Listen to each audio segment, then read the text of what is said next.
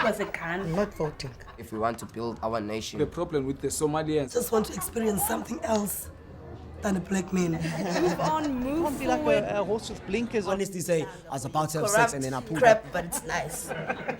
Hi, my name is Charlotte and I'm an internal auditor.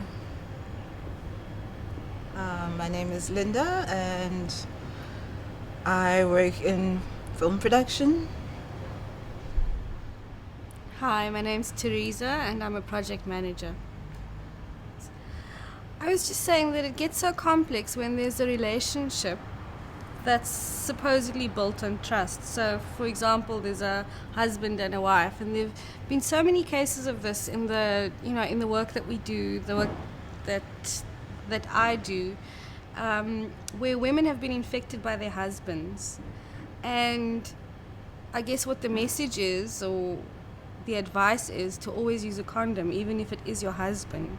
But that's such a tricky thing to do because the relationship is supposed to be built on trust. And so if you don't trust your husband, then what are you doing in that marriage? And also, I think for most people, like if you're married, it sort of goes without saying that you're trying to build a family as well. And how do you then control that? Are you going to be as rigid with your husband as to say, okay, we'll use a condom, and then when we decide to have babies, then we won't use a condom, but then why are you using a condom? Because you don't want to be infected. So what guarantees do you have to not be infected when you're not using a condom in order to make, babies or whatever? So Maybe the key is to start getting tested. People are entering into prenups before marriage. It doesn't mean that they don't necessarily love each other. And maybe that's the culture people should start looking at. Every 6 months getting tested. Just saying, I know, I do trust you, but... But do you trust him, in that case then? Because it's not like you saying, oh, you might get it through a blood transfusion or blah, blah, blah. More likely than not, it's going to be because you're having an extramarital affair, and so what is trust then, I think it's further complicated by the patriarchal society that we live in, and that, with most couples, even if they're not married, it's difficult for a woman to say to the man, you have to use a condom. There's that negotiation that needs to happen, which is often a difficult one. And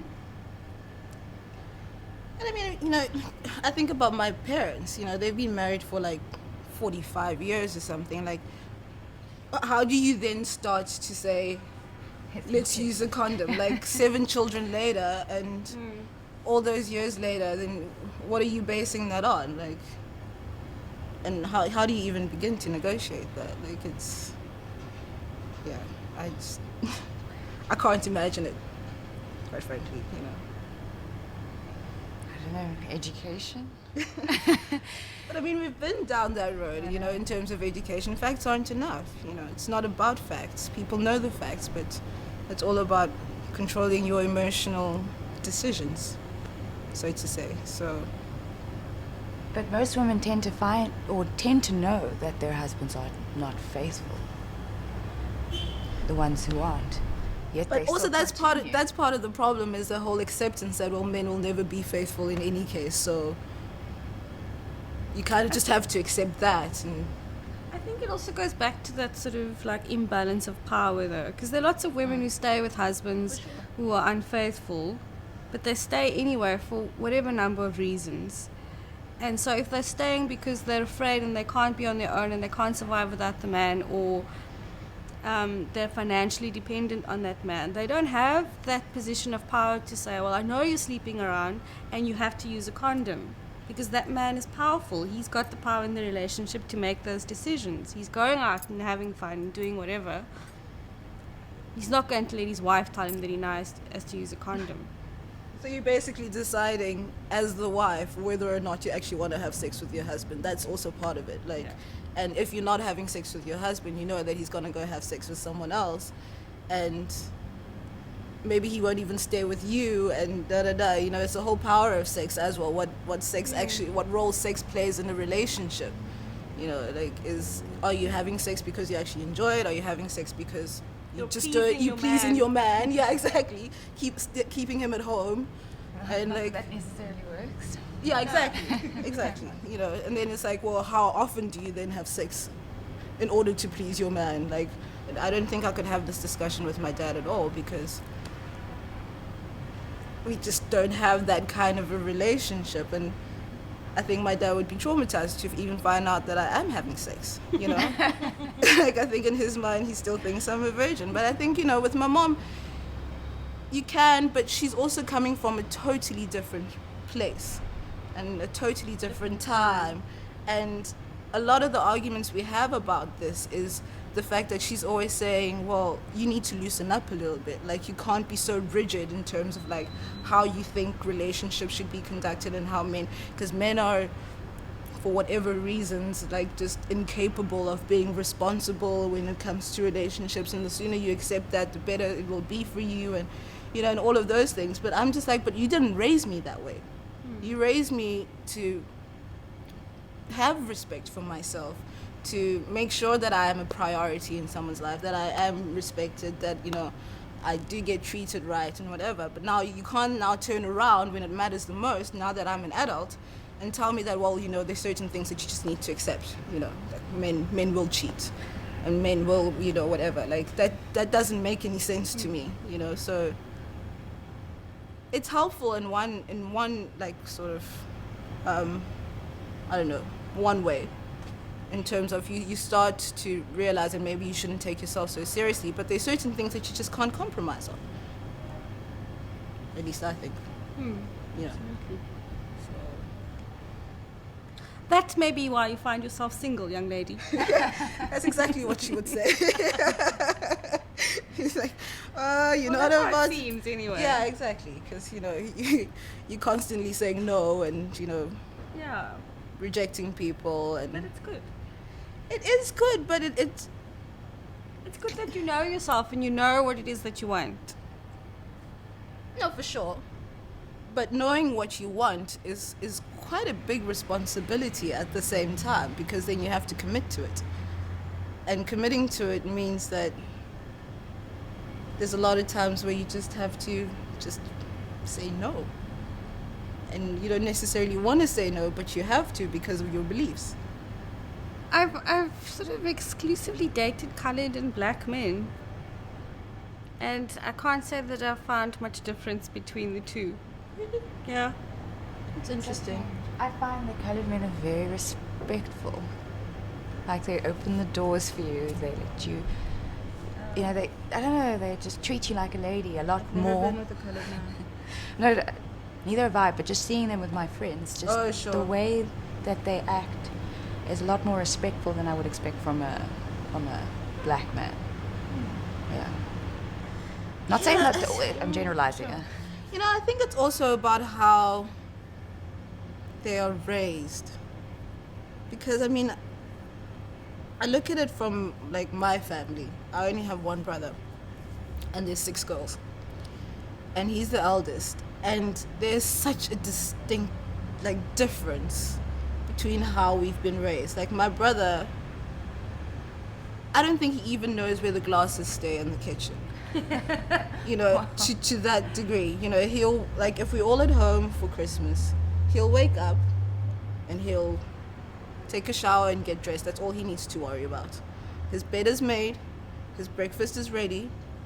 You know, he might go to the fridge to get himself a beer, you know, if there's no one, you know what I mean? And my mom has always enforced that. Like, she will say, like, she'll get up and she'll be like, why has your brother not eaten breakfast? I'm like, why haven't I eaten breakfast? Let's talk about that, you know? And you know, so there's certainly something to do with how they're raised. And I think for a lot of the times I do blame the men's mothers.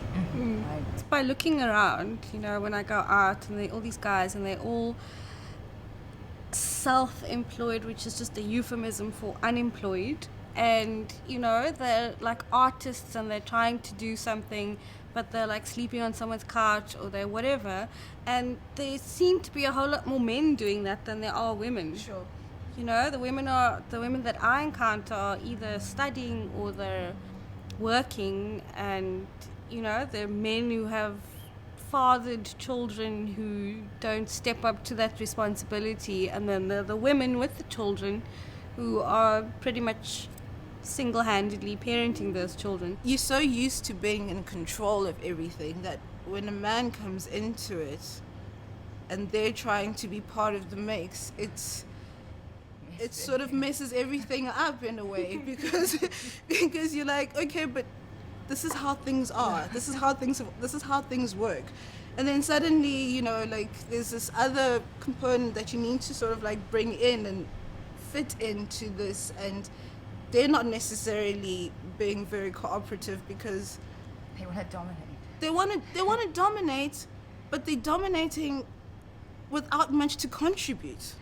That's the thing. If you know what I mean, like That's very important. you just want to dominate with like your Because I'm a man. yeah Your manness. your manness, your manhood, and yet, you know, I'm the one paying the bills here. You know, I'm the one with the job. I'm the one, you know, in your case, you know, taking care of the kid, and I'm the one, you know, and yet you're freelancing, Yeah. you know, and you know you you're using my car, and you know what I mean, like, and all of that, and you're staying in my house, but then you still want to come and tell me how to live my life. It just doesn't make, like, where are you coming from exactly, you know, like on what basis are you doing this? And I mean, I get it, you know, I get that in a relationship it's a partnership, and you know, and whatever. But that's the most important part, though. It should be a partnership. It shouldn't be that in addition to like all the other aspects of your life that you manage, you have to manage another person. A grown up. Yeah. There should be a partnership where you're able to collectively manage things together. Exactly. I mean, I once dated someone who was the freelancer. And we were having a conversation about having children. And he said to me, yeah, you know, like, would you go back to work? So I'm like, of course I'd go back to work. Like, How are you going to pay the I'd have my 3 months or whatever of maternity leave, and then I'd go back to work. And suddenly I was being called a bad mother. He was like, you'll make a terrible mother. Like, how would you go back to work having a child and da-da-da-da-da? You should be at home with your children. Like, those are the most important years of their lives. So I'm like, well, bills? Like, who's going to pay for it? Like, say I have a child with you. Yeah. And then what? You know, so it's... You're going to be hustling to Yeah, exactly. get some nappies. Buy nan, Yeah. you know, and all of that. So, yeah, those power dynamics are just... They don't make much sense. There's this pressure that women feel to be all of those things, to be super women, you know? So to be the career woman, to be the mother, to be the wife, to be the socialite, to be all of those things, and it's impossible to do all of those things to the best of your ability. To still be attractive as well, on top of that. Yeah, You know, because then you still also have to still take care of yourself absolutely. and be everything. My dream is to be a happy and whole person, so I can be a good role model for my little girl, and to provide her with a good home in which to grow up in, and so that she looks to me, for example, and she knows that she can be whatever she wants to be. That's my dream. My dream would be to be at peace with everything that I am, and to realize everything that I am, and to not hold back in any way, because that's the only way I will be able to spark a change in anyone else for any other reason, and to find a husband and to have children and to have money, you know, so I can support them and provide for them and provide for me. I'd love to see Africa reach its full potential. Even if it's not in my lifetime, I'd like to see it starting to get there, where we no longer expect aid from European countries or Western countries.